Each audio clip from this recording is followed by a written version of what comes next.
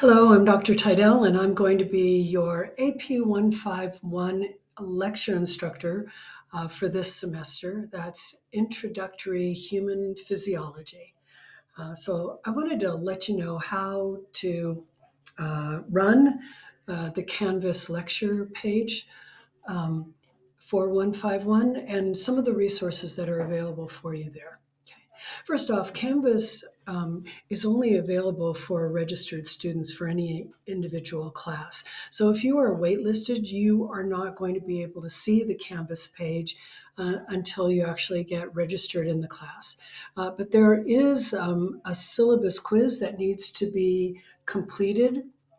So if you are waitlisted, as soon as a lab instructor has registered you in the class, make sure you come to the lecture homepage for Canvas and complete that syllabus quiz.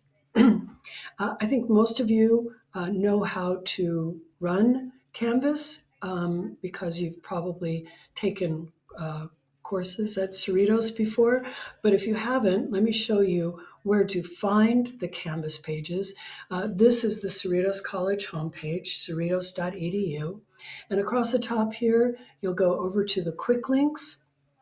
And the second one down is Canvas. And that'll take you to the Canvas homepage.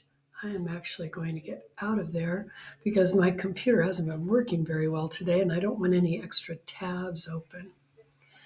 Once you get there, for those of you who don't know, your username is your 7-digit student ID. And if you have an older student ID, like one that starts with a 6 or a 7, then you need to add a 0 at the beginning of it. And your password is your 8-digit birthday. So if you're born on the Cinco de Mayo of 1987, your password would be 05 for May, 05 for the date, and 1987 for the year. So let's go and look at what your Canvas lecture show will look like. It should look like this. I have lots of clickable links on here, and I just want to let you know what's available there. First off, let's look over here all the way on the right-hand side, right? You can see that you've got only one thing on your to-do list. There's only one assignment. There's no homework, so there's only one assignment for you to complete other than the lecture exams, 4 lecture exams. But there's only one assignment, and so you can see that it's right here. The syllabus quiz is due by midnight on Monday, August 21. You can enter the syllabus quiz from there, or you can enter it through, I'll show you in a second. Okay, I've got a video here on how to study more effectively. All of you have completed a 1-semester anatomy class. Anatomy is memorizing, pretty much. Anatomy is memorizing. You can't memorize physiology. I know you don't believe me. You're going to try to memorize it anyway, but you really can't do it very well. It's just not that kind of course. So what are you supposed to do, right? You have to understand it. You have to know the stories. Everything needs to be a story in your brain so that you can do well on the exams. So here's a little video that I think has got some tips. I will try to offer some others along the way, but there's that. Now, if you see right here, 1, 2, 3, 4, 5, 6, I've got a little chart that's got 6 rectangular spaces in it. Each one of those, almost all of them, have got clickable links. The one you're going to use most often is this one right here that says course modules. That's the one you're going to be using most often. We'll get to that in a second. Oops. Here we have, no, I don't want that. Maybe? Yeah. Here we have the study guides. If you're like me, I like to have the printed out PowerPoint images to make it more efficient when I am taking notes.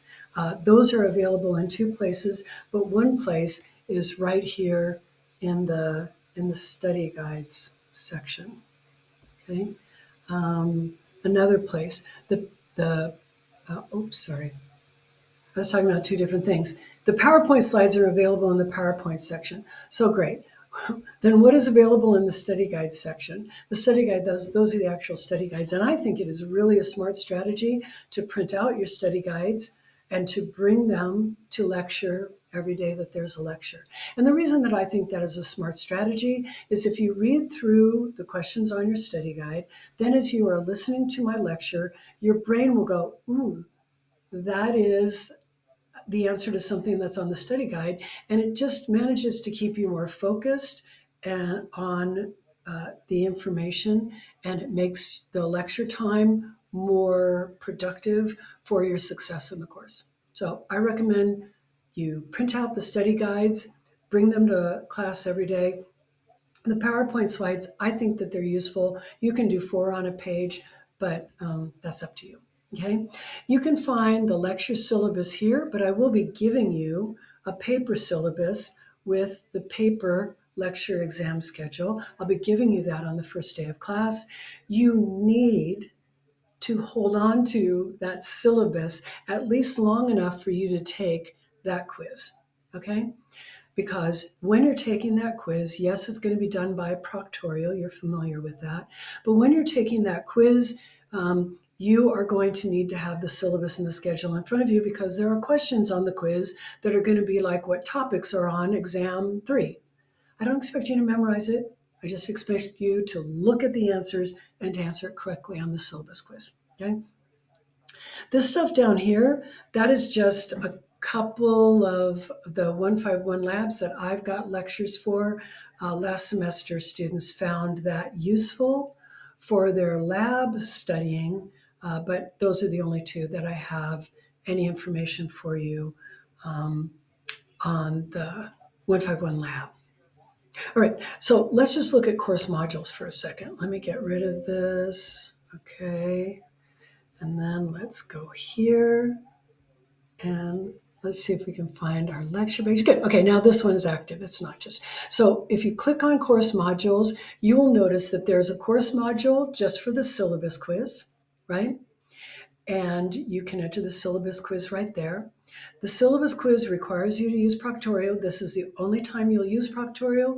This is the only exam, quiz, whatever, that's going to be given online.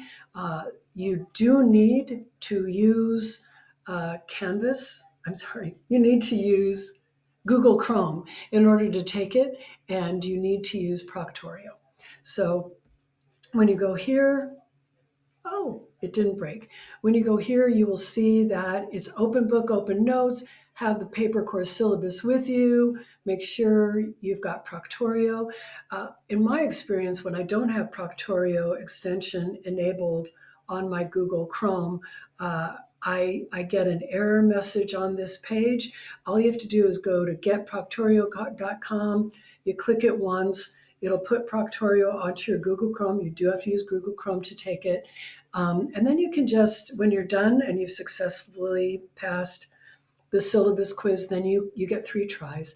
Then you can just remove it from your computer. Okay, easy peasy. Let's go back to what we were doing. And let's look at the course modules. Okay, so there's one course module for the syllabus quiz. You'll see it's due by Monday, August 7th. Okay, that's not true. It's due by August 21st. This one's right. I'll fix that before the class starts, okay? Then we have got exam 1, and you'll notice right at the top of exam 1, we have got a study guide, right? So you can click it there, or you can find it by going into study guide. And what is all the rest of this? All of the rest of this completely optional, but these are all the recorded lectures that you will be seeing live. And why are they here? For a couple of reasons. One reason is you might be sick one day and you might miss a lecture, and it's very helpful to be able to catch up on it. That's one. Second reason, sometimes you will go, man, I thought I was doing really, really good until Tidell got to that whole thing about endocrine abnormality practice questions, and like, whoa, it blew my mind. You can go back and watch it again, and you can rewind it and go back and forth. Okay, so that's another reason. Almost all of these, I noticed that exam 4, I haven't finished it, but almost all of these, I've tried to put a description of the information that's contained in this little 15-minute video. These videos here, lecture 6, lecture 7, they're all about 15 minutes long. Okay, so that's one thing you can do. The third thing that you can do is, instead of watching these videos, you can listen to them. Most of what I say, you've already seen the images, right?